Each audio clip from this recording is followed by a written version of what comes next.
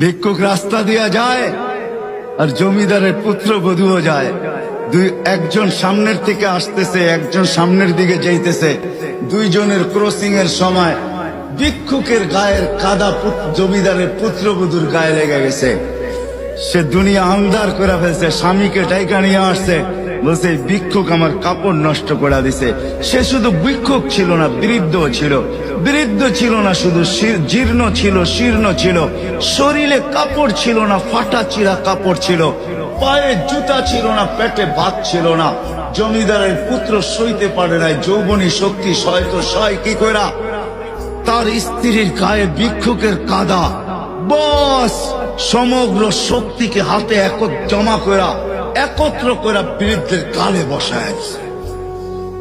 বৃদ্ধ কিচ্ছু বলে নাই, শুধু উপরের দিকে তাকায় দুই তিনটা শব্দ উচ্চারণ করছেন।